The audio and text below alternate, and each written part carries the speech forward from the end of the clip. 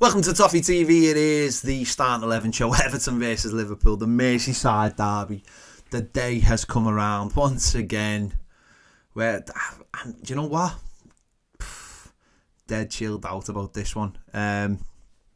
What is there to be worried about, really? It's just the Merseyside derby. As bad as we all think it's going to be, it never really is. We'll wait and see, but listen, no, it's more about the points for both sides for this game.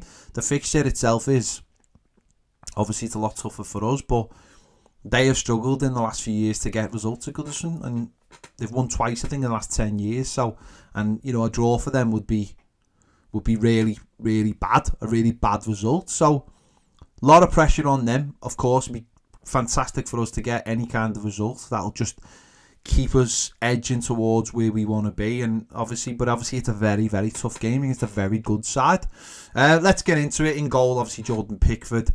Very much like the Newcastle game, this is one of those games that I'm sure focuses his mind, and he has to be at his best, because he will need to be at his best, because we know Liverpool are going to have loads of chances, and we can't afford anything stupid, which are not necessarily mistakes on Jordan Pickford. It's just more like just little brain farts now and again, you know, a poor kick out, or just doing something quickly and then doing something straight afterwards really quickly, rather than just settling down. So hopefully he's at his best. Back four, at right back, I'm going to go for Ben Godfrey. It's only Ben Godfrey or Ashley Young can play, really. And I think the pace of Liverpool, and certainly what we saw at Anfield with Ashley Young. I think what Ashley Young, I've said this a few times, and I think I said this after the Merseyside derby, is he still thinks he's got that pace, of that reactionary speed, and he just hasn't got it. And I think we saw that at the weekend with the couple of incidents that could have been penalties. You know, forget about the handball, that could happen to anybody. But the two incidents, one that I think was a penalty, one that I don't think was a penalty. But I think in his head, he thinks he's going to get that ball first, and he just doesn't have that pace. And in and around the box, you can't afford that. I think, you know, when he's playing right midfield, that's fine. But when he's playing right back, you just can't get away with that around the box. And I think with Ben Godfrey, he has got the pace. He has got that recovery speed. Listen, he's got issues. He's not particularly good in the air, and he's not necessarily an amazing footballer as such, but he does have that pace. And if he can just use that in the right way against Liverpool, then hopefully he has a good game. And as I said, you just leave Ashley Young out for this one. You just put him on the bench. He can cover then later on the game if we need. Right back, left midfield, left midfield, whatever it is. But I just don't think he can be starting this game. And I think you have to draw. You have to make a decision now on right back for the rest of the season. There's no Nathan Patterson, and Seamus hasn't really been at it this year. And you know, it's in an injury-filled season, and I think you have to make a decision between those two players, and that's on the manager to make that decision now. At left back, Vitaly Michalenko, he'll be up against Salah, and to be fair, he's done okay against them, and he generally does okay one-on-one against really good footballers. So obviously there's no danger that he wouldn't start, but obviously again, this has got to be one of those games where he's got to be absolutely at his best to stop Mo Salah, who you'd imagine would start out there. I would think. Liverpool did make changes for the game against Fulham, probably in preparation for this game. This might be the first time in a long time that Jurgen Klopp has really took a Merseyside derby seriously, because he has to, because every game now for them is hugely important.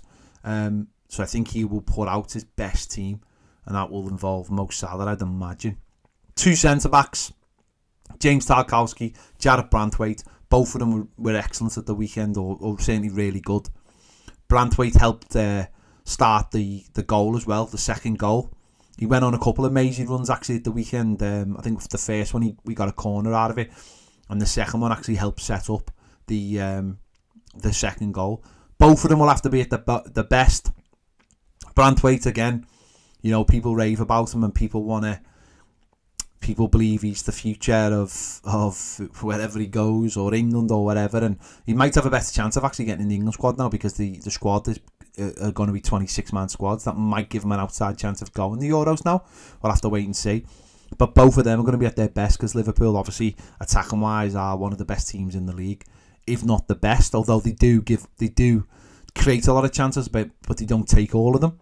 But they're going to have to be at their best, as is the entire midfield, as we know.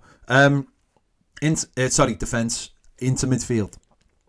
Jessica Gay has to start, obviously. Brilliant, I thought, man of the match against Forest. Took his goal well. It's got all the experience, knows how to play these games. Can wins the ball lots of times without giving up silly fouls and things like that. And his experience is so important. Again, someone you'd like to think will play the whole of the rest of the season, injuries withstanding. So, big game. I think he'll be in there. The player in there alongside him, I would leave Andre Gomez out for this game, because I just think the way Liverpool press, you don't want to be caught on the ball. And maybe if Andre Gomez, that's the one thing where you think if he dwells on the ball and gets caught on it, we could be in trouble. So I don't think this is the game for him to start. So then I'm torn between James Garner and Onana. Of course I am an Onana guy. I really believe he's a top player. But then I don't know whether this is the right game for him to just come back into. I don't know if the way the pace the game will be played in. Is it his kind of game? I'm doubting myself, and I'm doubting my own opinion. I think he's a much better player than James Garner.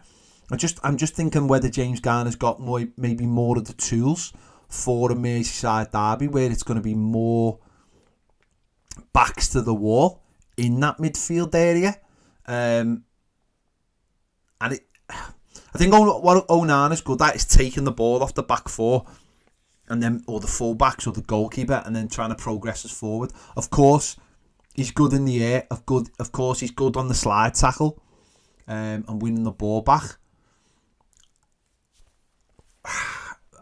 I'm just going to go for James Garner, because I do think this is going to be a backs-to-the-wall game where we're not going to need that kind of player that Onana offers. I don't think the manager's going to pick Onana anyway, so that's sort of part of my reason. But I think this game will suit Garner Gay and Garner sitting deep and protecting that back four. And I don't think that's maybe what Onana's good at, going out and meeting the ball. I don't think that's particularly what he likes doing. So I think I'm going to start James Garner and Garner Gay next to each other. Ahead of them, I would go for Decore, who I thought was much better on Sunday, playing sort of hybrid position of what he normally plays and playing that traditional centre midfield role. I thought he got on the ball a little bit deeper, picked it up and ran with it when we were trying to counter Forest, rather than playing just behind the centre forward. So I would go for Decore again on that side. On the right hand side, I'm going to go for Jack Harrison again, because basically it's either him or Ashley Young. So I'm going to go for Jack Harrison. On the left, Dwight McNeil. Obviously took his goal well the other night, and played a lot more centrally. Now, whether that happens again, or whether because you've got someone like Trent Alexander-Arnold out there who will roam up the pitch, that will leave a lot of space in there. So that's probably why I'd imagine Dwight McNeil might stay a little bit wider. He will come inside at times, because in the last few games he has been coming inside a lot more. And maybe that's more of a natural position for him. And if we had a left back who was allowed to get up the pitch and fill that space, then maybe we could take advantage of those situations a lot more than we do. But Dwight McNeil will certainly start left midfield. And up front, Dominic Calvert-Lewin. He got a knock. I don't think it's related to the hamstring. The manager said he'll train, he'll keep an eye on him, sort of thing. I think he'll start. Because I think if he didn't start, you'd be looking at Dan Juma rather than Schmidt. It'd be a big ask to say Schmidt is going to start a Merseyside derby. We can't just give this game up. I've seen people say, forget about this game, just play Schmidt and just play Dan Juma and we've got a big game on Saturday. Well, this is a big game. You know, Brentford are no mugs. You know, and Liverpool are a very good side, but you can't just give games up. It's not a good look, and you know, you can't just give games away. That's certainly a Merseyside derby. You've got to be at it every game, and if a player's fit and he can play the game, you play him. And you worry about the consequences afterwards. Don't get me wrong, if it was like a hamstring or something with Dominic Calvin, then I wouldn't be like the Chelsea game. You leave him out. If there's any serious risk of endangering him for like 2 or 3 games, then you leave him out. But if it's a knock, if it's something like a clash of knees or something where you know you can get through it, then you play them.